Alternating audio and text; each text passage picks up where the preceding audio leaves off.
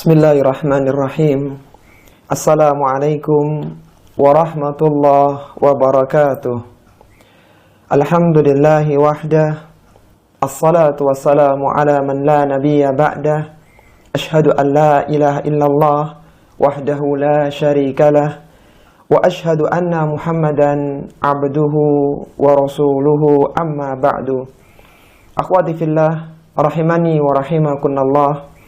Alhamdulillah, kita bersyukur kepada Allah Subhanahu wa Ta'ala yang mana kita kembali dipertemukan di majelis ilmu yang mulia, majelis yang akan dibanggakan oleh Allah Subhanahu wa Ta'ala di tengah para malaikatnya, majelis yang utama dibandingkan seorang yang melakukan salat-salat sunnah, dan majelis yang orang-orang yang berada di dalamnya akan dimohonkan ampunan oleh seluruh makhluk yang ada di langit, makhluk yang ada di bumi, sampai semut yang ada di lubangnya dan ikan yang ada di lautan.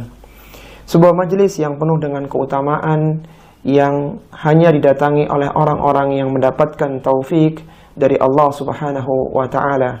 Dan seorang muslimah, dia tidak akan bisa hadir di majelis-majelis keilmuan kalau Allah Subhanahu wa Ta'ala tidak menghendakinya.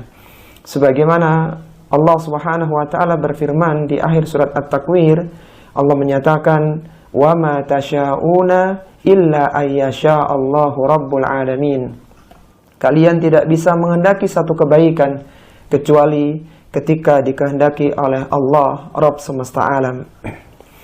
Al-Imam Al-Baghawi rahimahullahu ta'ala menyebutkan tentang pentingnya taufik yang hendaknya seorang hamba senantiasa meminta kepada Allah Subhanahu wa Ta'ala, karena semua kebaikan yang dia lakukan pada hakikatnya adalah karena taufik dari Allah Subhanahu wa Ta'ala.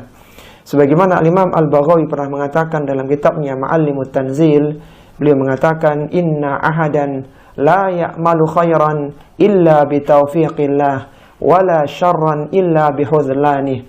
Sesungguhnya seorang hamba tidak bisa melakukan satu kebaikan kecuali dengan taufik dari Allah Subhanahu wa Ta'ala, dan seorang tidaklah melakukan keburukan kecuali orang yang ditelantarkan dari taufik Allah Subhanahu wa Ta'ala. Akhwati fillah, rahimani wa rahimakunallah. Pada kesempatan kali ini kita akan membahas bagaimana Nabi SAW dalam mendidik anak-anak. Karena Nabi SAW adalah sebaik-baik pendidik. Dan di dalam mengasuh serta mendidik anak-anak, hendaknya para muslimah, para ummahat senantiasa bersabar, karena mendidik dan membesarkan anak itu adalah dalam durasi waktu yang sangat panjang. Semoga hadis yang akan kita bacakan ini menjadikan kita semua, terutama para muslimah, para ummahat, senantiasa bersabar dalam mendidik anak-anaknya, dalam mengasuh dan membesarkan mereka. Rasulullah SAW pernah bersabda, "Man kana lahu thalathu banatin." Barang siapa yang memiliki 3 anak perempuan, fasabara alaihinna, dia bersabar dalam mendidiknya, dalam mengasuhnya, dalam membesarkan mereka. Wa at'amahunna wa saqahunna wa kasahunna min jiddatihi. Kata Nabi SAW, diberikan makan anak itu, diberikan minum anak-anak tersebut, dan diberikan pakaian-pakaian anak tersebut. Maka kata Nabi, kunna lahu hijaban minan nari yaumal qiyamah. Kecuali anak-anak itu akan menjadi hijab, akan menjadi tabir antara dia dengan neraka pada hari kiamat. Ingat, Rasulullah SAW mengatakan, fasabara alaihinna, yang mereka bersabar dalam mendidik dan membesarkan anak-anaknya. Diriwayatkan pula dari sahabat yang mulia Anas bin Malik radhiyallahu taala anhu, beliau mengatakan Rasulullah sallallahu alaihi wasallam bersabda, "Man ala jariyataini hatta tablugha." Barang siapa yang mengasuh 2 anak perempuan sampai anak itu tumbuh menjadi anak api neraka. Sebagaimana Allah Subhanahu wa Ta'ala perintahkan dalam Al-Quran di surat At-Tahrim pada ayat yang ke-6, Allah Subhanahu wa Ta'ala berfirman, "Ya ayyuhalladzina amanu qu anfusakum wa ahlikum nara Wahai orang-orang yang beriman, peliharalah, jagalah diri kalian dan keluarga kalian dari api neraka. Bagaimana caranya orang tua ingin menyelamatkan anaknya dari jurang api neraka? Kata Ali bin Abi Thalib radhiyallahu taala anhu, "Addibuhum wa allimuhum," yaitu didiklah mereka dan ajarilah mereka ilmu agama. Ketika seorang ingin anaknya selamat dari jurang api neraka, maka dia harus mendidik, membiasakan anak-anak dalam ketaatan dan diajarkan bagaimana menjauhi berbagai dosa dan kemaksiatan. Karena itulah cara menyelamatkan mereka. Ketika nanti pada hari kiamat, maka seorang akan nafsi-nafsi. Dia akan mengurus dirinya sendiri.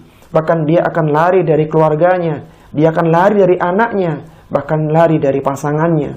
Sebagaimana Allah Subhanahu wa taala firmankan dalam Al-Qur'an, "Yauma yafirrul mar'u min akhihi wa ummihi wa abihi wa sahibatihi wa bani likulli imri'in yauma idin sya'nu yughni."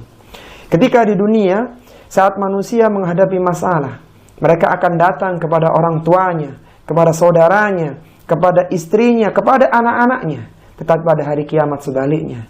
Kata Allah Subhanahu wa taala, pada hari ketika seorang lari dari bapaknya, dari saudaranya, wa sahibatihi wa bani, dari istrinya dan dari anak-anaknya, likulli imri'in yauma idin sya'nu yughni. Karena pada hari itu seorang akan disibukkan dengan urusan masing-masing. Maka saat itu yang bisa menyelamatkan anak-anak adalah apakah dulu mereka mendapatkan pendidikan agama sehingga mereka melakukan ketaatan kepada Allah Subhanahu wa taala dan tidak bermaksiat kepada Allah Subhanahu wa taala. Sehingga Ali bin Abi Thalib mengatakan, "Addibuhum wa allimuhum." Didiklah mereka dan ajarilah mereka ilmu agama. Dan agar pendidikan ini berjalan dengan efektif dan efisien, maka marilah kita melihat bagaimana Nabi sallallahu alaihi wasallam dalam mendidik anak-anak. Karena beliau sallallahu alaihi wasallam adalah sebaik-baik pengajar dan merupakan contoh teladan bagi kita semuanya. Sebagaimana dikatakan oleh Muawiyah bin Al-Hakam radhiyallahu taala anhu. Beliau pernah mengatakan, "Fabi abi huwa wa ummi," demi bapak dan ibuku, "ma ra'aitu mualliman qablahu wala ba'dahu ahsanu ta'liman minhu." Tidaklah aku melihat ada pengajar yang lebih baik sebelum dan setelahnya, yang lebih baik dari pengajarannya daripada pengajaran Nabi Sallallahu Alaihi Wasallam. Maka barang siapa yang ingin mencontoh bagaimana Nabi dalam mendidik anak-anak, maka kita akan melihat bagaimana yang ada disebutkan dalam hadis-hadis yang ada. Sebagian beberapa materi yang akan kita bahas ini mungkin telah dibahas pada pertemuan sebelumnya. Karena beberapa kiat yang kita ambil itu mayoritasnya diambil dari contoh-contoh dari Nabi Shallallahu Alaihi Wasallam. Meskipun ada beberapa yang spesifik yang itu dilakukan oleh Nabi dan kita belum membahasnya. Adapun poin-poin yang telah kita bahas, maka kita akan membahasnya secara ringkas. Yang pertama, Nabi Shallallahu Alaihi Wasallam dalam mendidik anak-anak metodenya adalah mengajarkan akidah dan tauhid. Sebagaimana beliau mengajarkan Abdullah bin Abbas radhiyallahu taala anhuma tentang masalah keyakinan, masalah tauhid, bahwa ketika dia menjaga Allah maka Allah akan menjaganya, ketika minta maka minta kepada Allah Subhanahu wa taala. Kemudian yang kedua adalah membiasakan anak dengan adab-adab Islam. Yang kemarin kita sudah membahas panjang, ada adab makan, kemudian adab bertamu, adab ketika di masjid, dan seterusnya sampai bagaimana adab ketika tidur. Maka itu semua perlu kita pelajari sehingga para muslimah tahu bagaimana membiasakan anaknya dengan adab-adab yang islami. Kemudian metode yang ketiga adalah mendidik dengan candaan. Terkadang perlu bagi orang tua dalam mendidik anak-anaknya itu dengan cara yang santai, dengan gurauan, tetapi ada edukasi yang dimasukkan. Sebagaimana diriwayatkan oleh Anas bin Malik radhiyallahu ta'ala anhu. Anas bin Malik ini punya saudara yang bernama Abu Umair. Dan Abu Umair itu waktu itu baru selesai disapih dia. Dia baru selesai disapi, usia setelah selesai disapi, sekitar 2 tahunan lebih sedikit. Dan Abu Umair ini, dia punya mainan seekor burung kecil ya, yang burung itu diberi nama Nughair. Jadi biasa zaman dulu itu binatang itu diberi nama, seperti ontanya Nabi SAW diberi nama Qaswa. Nah, burungnya Abu Umair ini, burung kecilnya itu diberi nama Nughair. Oleh Abu Umair, burung ini dibuat mainan, sampai akhirnya burung itu mati dan dia bersedih. Dan biasanya anak-anak ketika punya mainan, misalnya ikan atau yang lainnya, ketika mati maka dia bersedih. Maka saat itulah datanglah Nabi SAW menghiburnya, bertanya agar dia menceritakan, agar dia menjelaskan, meskipun Nabi tahu bahwa burung itu sudah mati, sudah tidak ada lagi. Sebagaimana dikatakan oleh Anas bin Malik radhiyallahu taala anhu, beliau mengatakan, kana nabiyyu ahsanan nasi khuluqan. Nabi SAW adalah orang yang paling baik akhlaknya. Wa kana li akhun yuqalu lahu Abu Umair. Dan aku punya saudara yang dipanggil dengan kunyah Abu Umair. Qala ahsibuhu fatiman, yang dia sudah disapi. Jadi usia anak kecil yang sudah disapi. Wa kana idza jaa qala. Jadi Rasulullah ketika datang kepada Abu Umair yang sedang sedih karena ditinggal mati oleh burungnya Nughair, maka beliau mengatakan, "Ya Aba Umair, ma fa'alan Nughair?" Wahai Abu Umair, apa yang sekarang dilakukan oleh Nughair, yaitu burung kecil itu. Nughairun kana yal'abu bihi. Nughair adalah seekor burung kecil yang biasa dimainkan oleh Abu Umair. Artinya Nabi tahu bahwasanya Abu Umair sedang sedih, maka tanya, "Wahai Abu Umair, burungmu sedang ngapain?" Maka dia cerita, "Ya Rasulullah, burung saya sudah meninggal, sudah mati, dibuat mainan, kemudian tiba-tiba dia mati," dan seterusnya. Dia akhirnya bercerita. Padahal Nabi tahu bahwa itu adalah beliau tahu bahwa burung itu sudah mati, tapi beliau sengaja mencandainya sehingga akhirnya Abu Umair pun kembali ceria. Dan candaan-candaan Nabi SAW meskipun canda, maka tetap tidak ada kedustaan di dalamnya. Sebagaimana pernah suatu ketika ada seorang nenek tua datang kepada Nabi SAW, "Wahai Rasulullah, doakan aku untuk masuk ke dalam surga." Maka Rasulullah mengatakan, di surga tidak ada nenek tua. Bersedihlah wanita tua itu. Kemudian dijelaskan oleh Nabi SAW bahwa semua wanita yang masuk ke dalam surga maka dijadikan usia muda lagi, sehingga engkau seandainya masuk ke dalam surga maka usiamu menjadi muda. Pernah suatu ketika ada seorang yang minta kepada Nabi agar dinaikkan di atas onta. Maka Nabi mengatakan, "Aku akan menaikkanmu di anak onta." Kata dia, "Bagaimana aku bisa naik di atas anak seekor onta, anak onta?" Maka Nabi mengatakan, "Bukankah onta yang besar itu juga dulu adalah anaknya dari onta yang lainnya?" Artinya meskipun candaan, itu Nabi SAW tidak pernah dusta. Maka orang tua juga demikian, ketika mencandai anaknya, jangan sampai candaan yang dusta.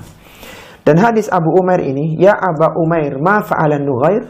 itu dikeluarkan oleh Imam Asy-Syafi'i. Faidahnya sampai mendapatkan 120 faidah dari hadis yang mulia. Salah satunya adalah bagaimana Nabi SAW mendidik dengan candaan sehingga anak itu menjadi ceria.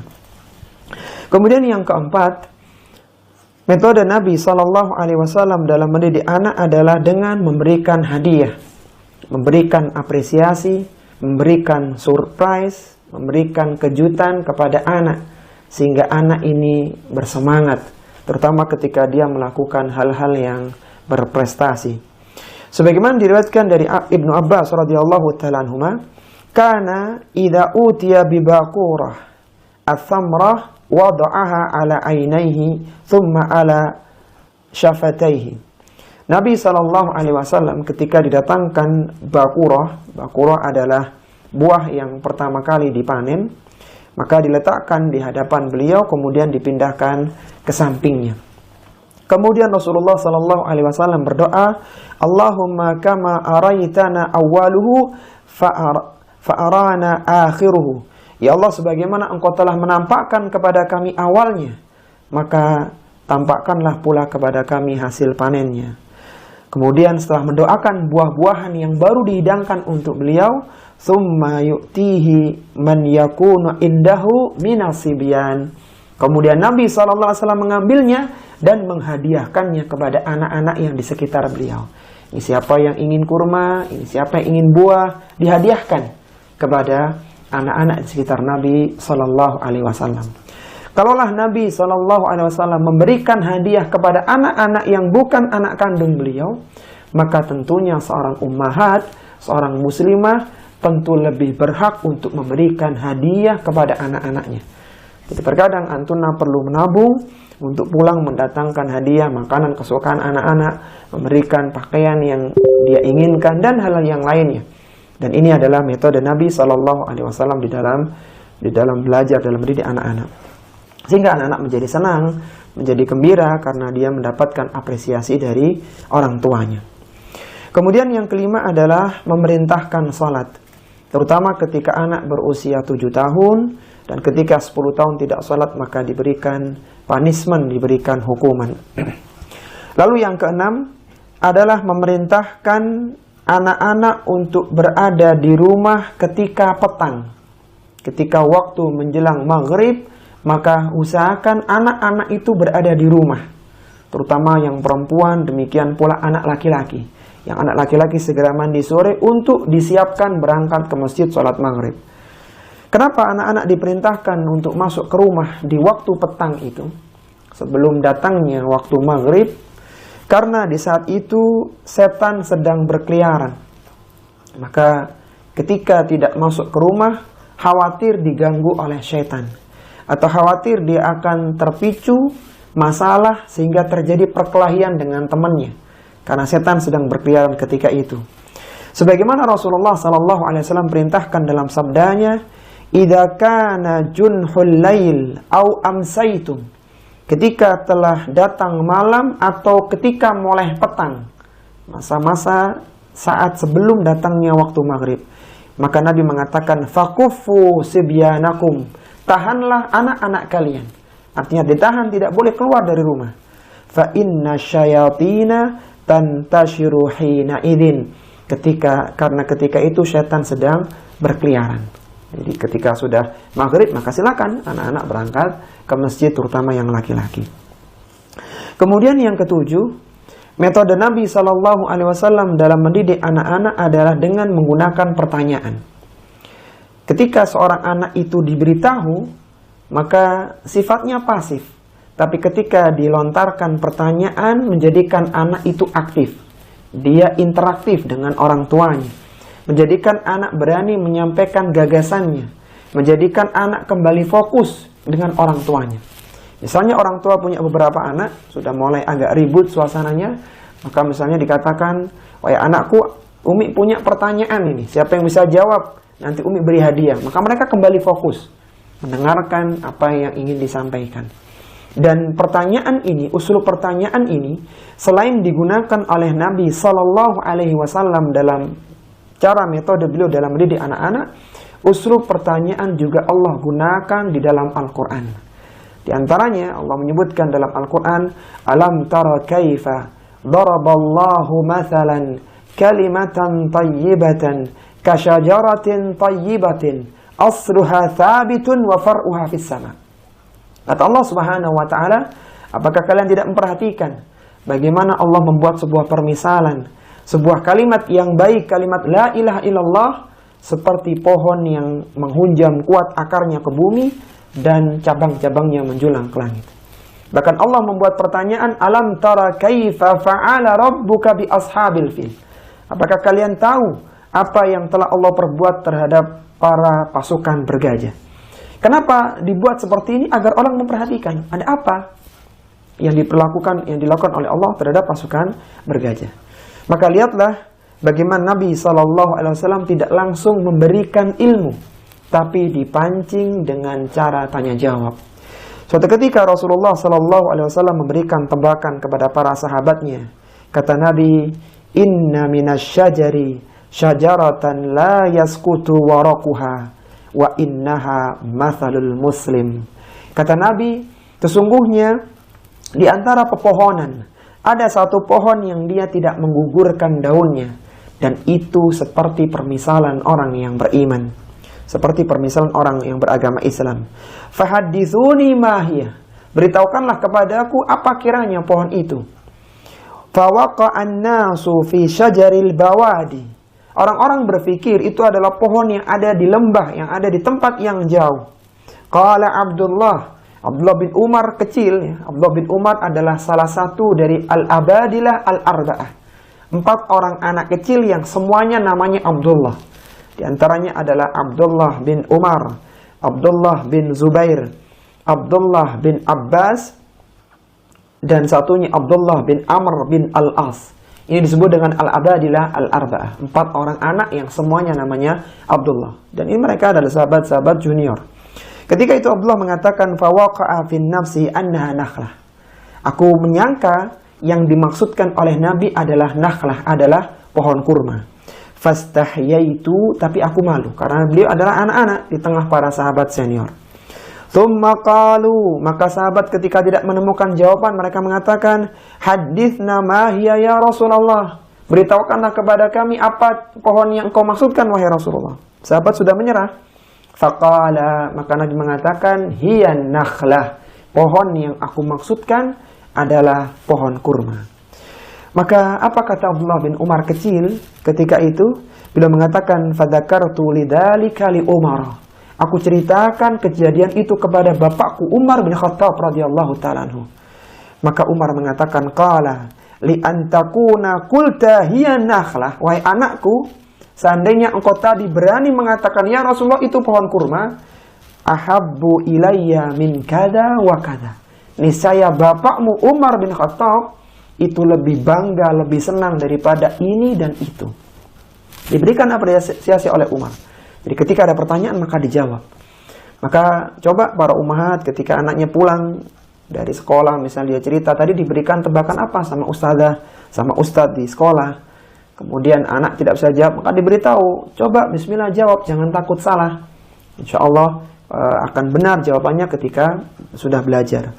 Jadi yang jelas bahwa menggunakan pertanyaan ini adalah uslub yang digunakan oleh Nabi SAW dan juga digunakan oleh Allah Subhanahu Wa Taala dalam Al-Quran. Kemudian yang kedelapan adalah melatih amanah. Kadang anak-anak perlu diberikan tanggung jawab. Misalnya anak sudah bisa dipercaya untuk membeli bumbu yang ada di toko depan rumah. Anak sudah bisa diberikan amanah untuk mengantarkan hadiah ke tetangga sebelah. Maka jangan orang tuanya, tapi anak yang maju.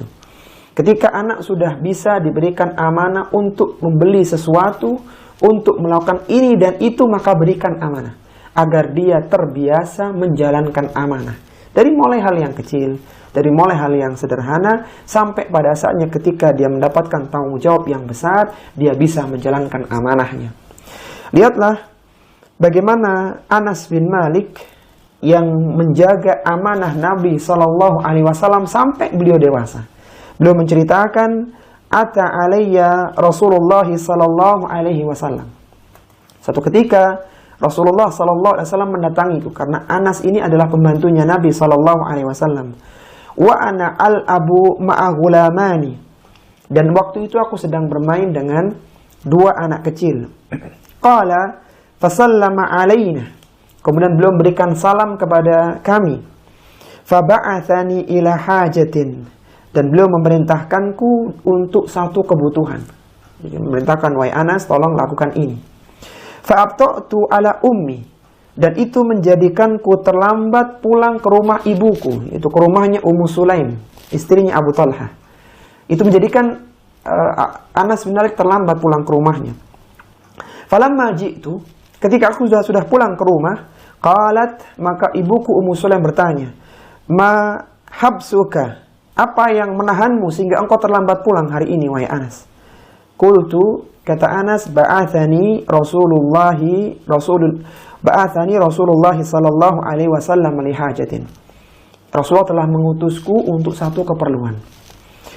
Qalat, maka ibunya bertanya, ma hajatahu, apa hajatnya Nabi? Apa kebutuhannya Nabi ketika itu? Maka lihat bagaimana Anas memegang amanah. Beliau mengatakan, qultu innaha sirrun. Mohon maaf wahai ibu, ini rahasia. Nabi berpesan gak boleh ada orang yang tahu tadi. Ini rahasia. Apa kata Ummu Sulaim? Qalat la tuhadditsna bisirri Rasulillah sallallahu alaihi wasallam. Kalau begitu, jangan engkau ceritakan rahasia Nabi sallallahu alaihi wasallam. Kau tidak boleh ceritakan. Jaga amanah itu. Apa kata Anas ketika dia jadi sahabat besar? Kan Anas ini usianya panjang. Dia punya anak jumlahnya hampir 100-an. Usianya panjang Anas bin Malik.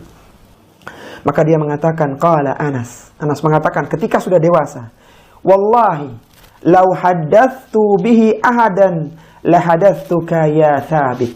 Anas punya murid namanya Thabit. Beliau mengatakan, demi Allah, seandainya aku ceritakan apa yang disuruh oleh Nabi kepadaku waktu itu, niscaya orang yang aku beritahukan tentang hajat itu adalah engkau wahai Thabit, wahai muridku.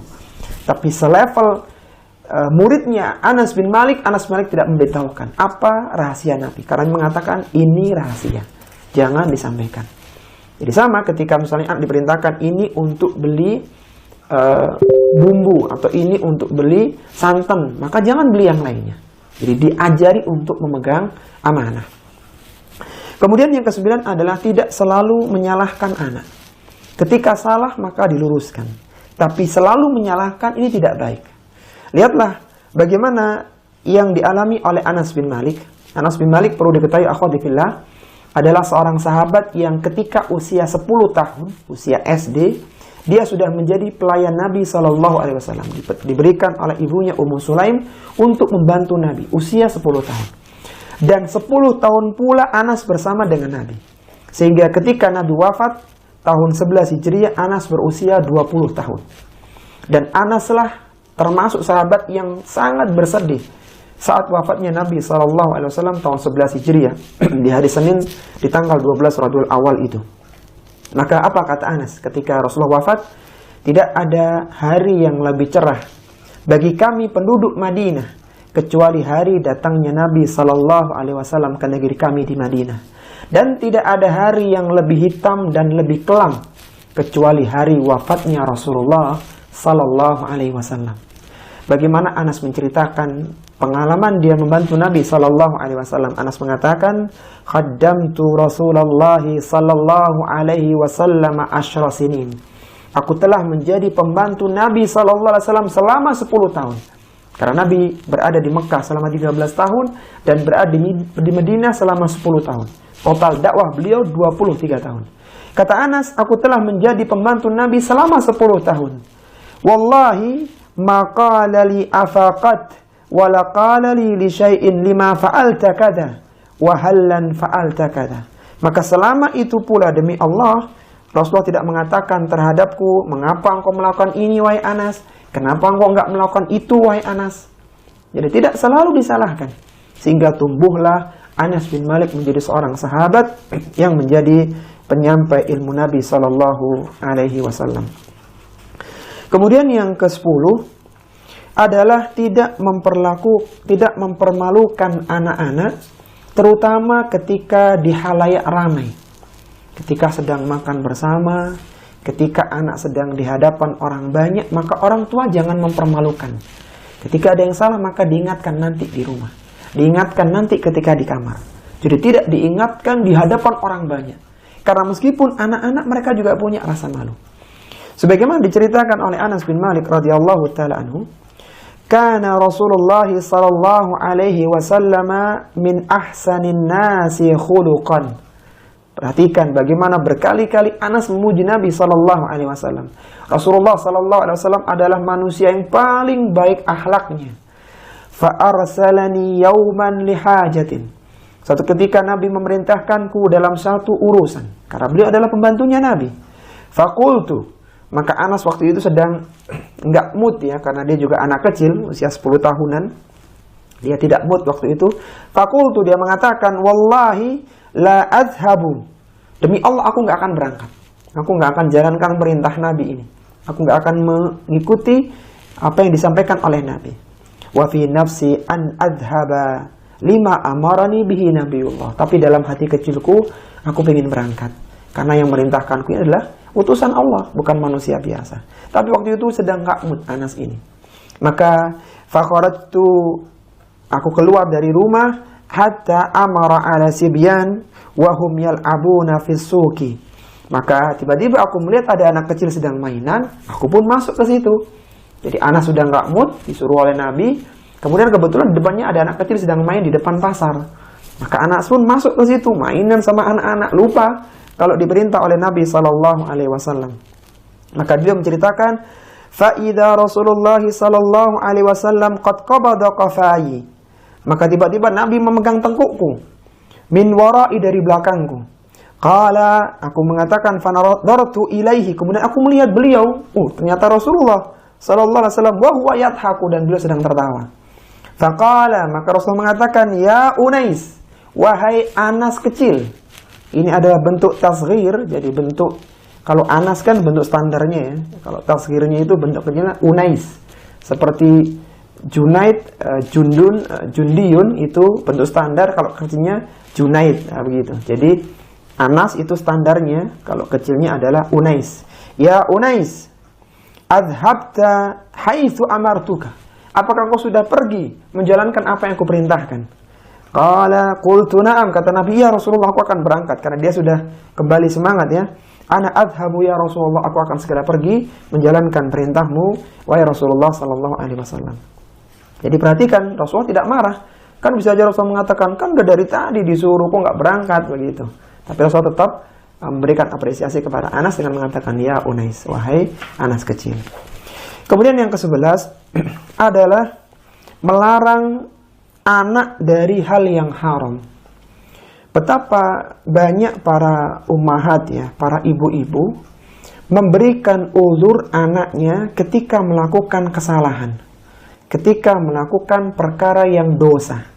Mereka berhujah, kan masih anak-anak, kan ini mereka masih kecil.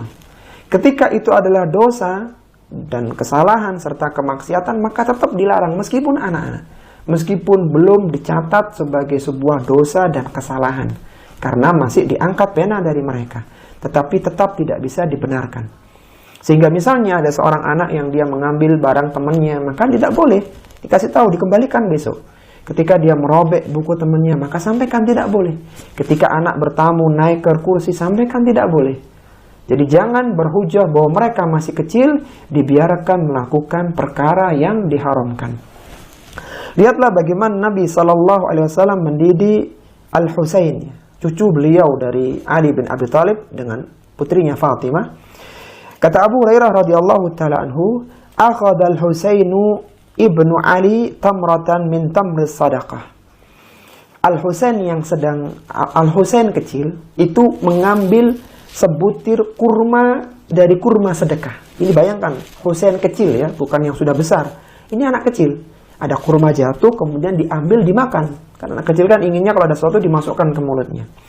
Maka lalu faja'ala fi fihi, kemudian kurma itu dimasukkan ke mulutnya, sudah mau ditelan. Faqala Rasulullah sallallahu alaihi wasallam, maka Rasulullah sallallahu alaihi wasallam mengatakan, "Kih, irmi biha." Kih, keluarkan kurma itu. Maka beliau mengatakan, "Ama alimta anna la na'kulu sadaqah." Apakah engkau tidak tahu wahai Husain, bahwasanya kita tidak boleh memakan kurma sedekah? Itu kita tidak diperbolehkan, ahlul bait Nabi dan keluarganya tidak boleh makan kurma sedekah. Jadi seandainya anak yang kecil ini boleh, ya, karena juga masih kecil, maka saya mengatakan nggak apa-apa, kan dia masih kecil, dia masih belum ditulis dosanya, nggak apa-apa. Tapi Rasul mengatakan, kih, irmi biha. Keluarkan kurma itu. Bukankah engkau tahu bahwa kita tidak boleh makan kurma sedekah? Kalau kita tarik dalam konteks kita, nggak boleh ngambil punya temannya. Seorang muslim tidak boleh tangannya mengganggu orang lain. Tidak boleh naik di kursi seperti ini. Tidak sopan. Ini mengganggu orang.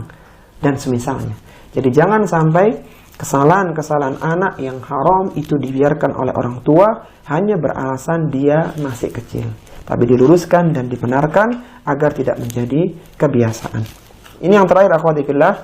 Ketika anak sudah dewasa ya, anak sudah usia balik, anak sudah bisa diajak diskusi, anak sudah bisa diajak untuk berbincang, maka orang tua hendaknya menyampaikan edukasinya dengan diskusi. Kenapa dengan diskusi? Agar anak tahu kenapa itu dilarang. Kalau orang tua karena sudah pengalaman ya, maka dia tahu ini nggak baik, ini akan berpotensi masalah. Orang tua sudah tahu. Kadang anak-anak nggak sampai pikirannya ke sana. Jadi kadang anak-anak ini tidak tahu ya kalau itu adalah kesalahan begitu ya. Itu adalah sebuah kesalahan. Maka hendaknya orang tua ini mengajak diskusi, mengajak berbincang sehingga tahu apa yang sebenarnya dilarang itu adalah sesuatu yang bahaya. Lihatlah bagaimana Nabi SAW ini mengajak diskusi seorang pemuda. Kata Abu Umamah radhiyallahu ta'ala anhu, "Inna fatan syaban atan Nabiyya sallallahu alaihi wasallam." Ada seorang pemuda, ini udah besar ya. Dia datang kepada Nabi sallallahu alaihi wasallam dan dia mengatakan, "Ya Rasulullah, idzan li bizina." Wahai Rasulullah, izinkan aku untuk berzina. Pemuda yang baru pubertas, baru bergejolak syahwatnya, dia ingin melampiaskannya dengan zina. Maka fa'aqbalal qaumu alaihi fazajaruhu, maka orang-orang melihatnya, ini kok ada anak berani seperti ini. Wa qalu mah, maka orang-orang memberikan tanggapan negatif kepada orang ini. Maka Nabi SAW mengatakan, fadana minhu qariban, dekatkanlah anak itu kemari, dekatkan pemuda itu ke sini. Maka Nabi SAW mulai mengajaknya diskusi. Lihat bagaimana Nabi memahamkan dia bahwa zina itu buruk. Kata Nabi SAW, atuhibbuhu li ummika, apakah engkau mau ibumu dizinai orang? Maka dia mengatakan, la wallahi, demi Allah tidak, wahai Rasulullah, aku tidak ingin ibuku dizinai. Maka beliau mengatakan, walan nasu yuhibbunahu li ummahatihim, demikian pula orang lain tidak ingin ibunya engkau zinai. Kemudian Nabi kembali bertanya, apakah engkau mau kalau engkau punya anak perempuan, anak perempuanmu dizinai oleh orang lain? Maka dia mengatakan, wallahi aku tidak mau ya Rasulullah. Beliau kembali mengatakan, orang lain juga demikian. Mereka punya anak perempuan dan anak perempuannya tidak ingin engkau zinai. Apakah engkau mau kalau engkau punya bibi, bibimu dizinai orang? Maka dia mengatakan, tidak wahai Rasul, aku tidak mau. Maka beliau kembali mengatakan, demikian pula orang lain, mereka punya bibi dan mereka tidak ingin bibinya engkau zinai. Sampai akhirnya anak ini sadar bahwa zina itu akan kembali kepada dirinya. Karena disebutkan oleh para ulama, zina itu seperti hutang. Barang siapa yang berzina, maka dia harus membayar dengan salah satu di antara kerabatnya. Waliyatubillah. Maka dikatakan oleh perawi, Rasulullah mendoakan pemuda ini, Allahumma gfir dzambahu wa tahhir qalbahu wa hassin farjahu. Ya Allah, ampunilah dosanya, bersihkanlah hatinya dan jagalah kehormatannya. Maka apa kata perawi setelah diskusi dengan Nabi SAW pemuda ini dan didoakan oleh Nabi, falam yakun ba'du dzalikal fata yaltafitu ila syai'in. Maka pemuda ini setelah itu tidak terbersit lagi ingin berzina karena dia tahu efek dari perbuatan zinanya. Jadi kadang anak-anak perlu diajak diskusi agar mereka tahu kalau itu dampaknya tidak baik. Ini akhwati fillah rahimani wa rahimakumullah, materi untuk kesempatan kali ini. Ini akhwati fillah rahimani wa rahimakumullah yang bisa kita bahas. Mohon maaf kalau ada hal yang kurang berkenan. Wassallallahu ala nabiyina Muhammadin wa ala alihi wa sahbihi wasallam.